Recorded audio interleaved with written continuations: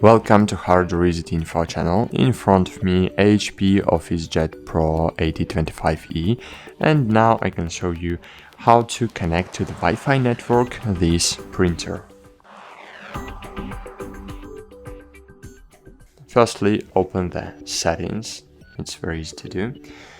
Then scroll down and find here network setup.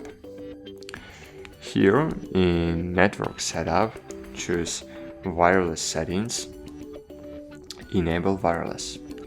Then scroll down, find here wireless setup wizard, click on it.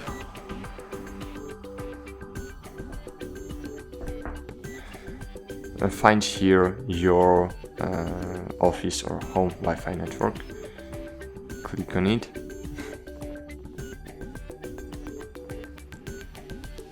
And then you need to click on your Wi-Fi router on VPS button. It's Wi-Fi protected setup mode, or you can enter the password. I will input the password from my Wi-Fi network. You need to input password from your Wi-Fi network. Then click done and click OK.